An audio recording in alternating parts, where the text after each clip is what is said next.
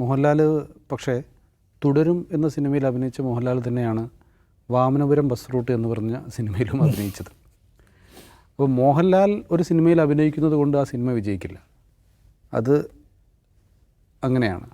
അത് മമ്മൂട്ടി ആയാലും വേറെ ആരായാലും അങ്ങനെ തന്നെയാണ്. അപ്പോൾ മോഹൻലാലിന് പറ്റിയ സിനിമകൾ അല്ലെങ്കിൽ നല്ല സിനിമകൾ സെലക്ട് ചെയ്ത് അഭിനയിക്കാൻ മോഹൻലാലിന് പറ്റിക്കഴിഞ്ഞാൽ മോഹൻലാലിന് ഇനിയും ഈ വിജയഗാഥ തുടരാൻ പറ്റും. ഏത് നടന്മാർക്കും അങ്ങനെ തന്നെ. മോഹൻലാലാവുമ്പോൾ അതിന് കുറച്ചുകൂടി ഒരു അപ്പർ ഹാൻഡ് കിട്ടുകയും ചെയ്യും എന്നുള്ളതാണ് സത്യം. ഈ തുടരും എന്ന സിനിമയ്ക്ക് തൊട്ട് മുമ്പാണല്ലോ എമ്പുരാൻ ഇറങ്ങിയത്. എമ്പുരാൻ എന്ന സിനിമയിൽ അദ്ദേഹം ഫുൾ ടൈം ഈ മറ്റേ വടിവൊത്ത സ്യൂട്ടണിഞ്ഞാണല്ലോ തോക്ക് പിടിച്ച് സ്റ്റണ്ട് നടത്തുന്നതൊക്കെ. പക്ഷെ അതിൻ്റെ ഇടയ്ക്ക് ഒരു സീന് വരുന്നുണ്ടല്ലോ, മോഹൻലാൽ മുണ്ടെടുത്ത് വരുന്നൊരു സീന് വരുന്നുണ്ട്. തിയേറ്ററിൽ ഏറ്റവും കൂടുതൽ കൈയടി കിട്ടിയത് ആ ഒരു സീനിനാണ്. അപ്പോൾ മോഹൻലാലിന് യോജിച്ച വേഷം ഒരുപക്ഷെ അതാണെന്ന് മലയാളികളുടെ മനസ്സ് തെളിഞ്ഞു നിൽക്കുന്നുണ്ടാവും. മോഹൻലാലിൻ്റെ വിജയിച്ച പല സിനിമകളും, മാറാൻ തമ്പുരാനായാലും എത്ര സിനിമകളാണ് അതുപോലെയുള്ള സിനിമകൾ വന്നിരിക്കുന്നത്. നരസിംഹ അടക്കമുള്ള സിനിമകളൊക്കെ മുണ്ടിലാണല്ലോ കളി.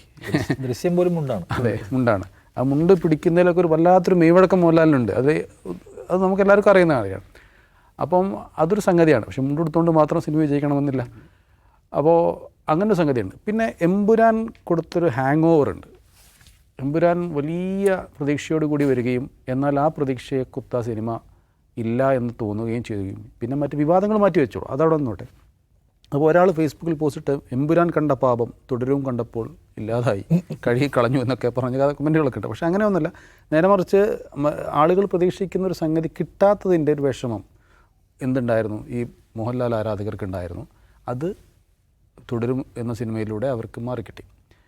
സാധാരണ ഈ വലിയ പ്രൊമോഷനിലൂടെ എല്ലാവരും ഈ നിർമ്മാതാക്കൾ ചെയ്യുന്നത് എന്താണ്? ഇനീഷ്യൽ കളക്ഷൻ ഉണ്ടാക്കുക എന്നുള്ളതാണ്. ഇനീഷ്യൽ കളക്ഷൻ ഉണ്ടാക്കി പരമാവധി ആളുകൾ ഇത് തിരിച്ചറിയുന്നതിന് മുമ്പ് കാശ് വാരുക എന്നുള്ള നയമാണ് ഇവരൊക്കെ സ്വീകരിച്ചുകൊണ്ടിരിക്കുന്നത്. എമ്പുരാൻ്റെ കാര്യത്തിലും അത് തന്നെയാണ്. ഇനീഷ്യൽ കളക്ഷൻ പരമാവധി ഉണ്ടാക്കുക എന്നുള്ളതാണ്. പക്ഷേ അതിനേക്കാൾ കൂടുതൽ സിനിമയെ വിജയിപ്പിക്കുന്നത് മൗത്ത് പബ്ലിസിറ്റിയാണ്. നമ്മുടെ സോഷ്യൽ മീഡിയ പബ്ലിസിറ്റി മാറ്റി നിർത്തി നമ്മൾ മൗത്ത് പബ്ലിസിറ്റി വളരെ വലുതാണ്. ഒരു സിനിമ കണ്ട് ജെന്യൂനായി അഭിപ്രായം പറയുന്നത് കേട്ടാൽ അടുത്ത ആൾ ആ സിനിമയ്ക്ക് പോകും. ആ മൗത്ത് പബ്ലിസിറ്റിയാണ് ശരിക്കും ഈ തുടരുമെന്ന സിനിമയ്ക്ക് ഉണ്ടായിരിക്കുന്നത്. ആദ്യത്തെ ദിവസം തന്നെ എത്ര പേര് അതിനെ ഡീഗ്രേഡ് ചെയ്യാൻ വേണ്ടി ശ്രമിച്ചാലും സിനിമ നല്ലതാണെങ്കിൽ അത് വിജയിക്കുമെന്നുള്ളതിൻ്റെ ഏറ്റവും വലിയ ഉദാഹരണമാണ് തുടരുമെന്ന സിനിമ.